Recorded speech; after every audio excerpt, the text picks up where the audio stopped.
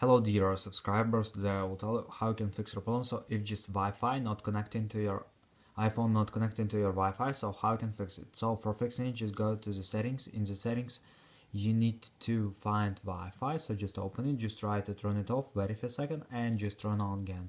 Also you can tap on your network and just choose forget this network and just wait until it was successful and just reconnect to your network. So also you can try to restore your Wi-Fi router, so sometimes it also helps. And if you still have the server, so you can also just try to restore your device. So just go to the general. In the general, just tap on shutdown, slide to power off, wait for a second, and just power your phone again. So just simple restore your phone.